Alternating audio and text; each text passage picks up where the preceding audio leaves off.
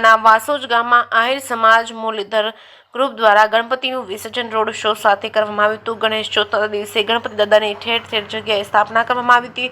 ત્યારે ગણપતિ દાદાને દરરોજ પૂજા અર્ચના કરવામાં આવી હતી। ઘણી જગ્યાએ પોતપોતાના ઘરમાં દાદાની સ્થાપના કરી દાદાની ભક્તિ કરવામાં આવી હોય તેમજ અમુક ગામડાઓમાં પણ ગામ દીઠ દાદાની સ્થાપના કરે છે અને ગણપતિ દાદાની પૂજા અર્ચના કરી વિસર્જન કરવામાં આવતું હોય છે।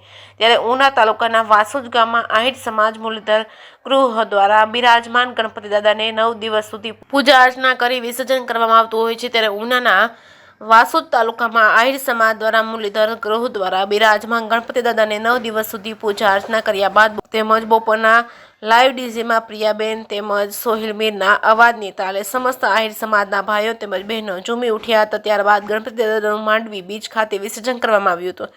જે કેસી ગુજરાતી સાથે કાળો આહિર દેવ।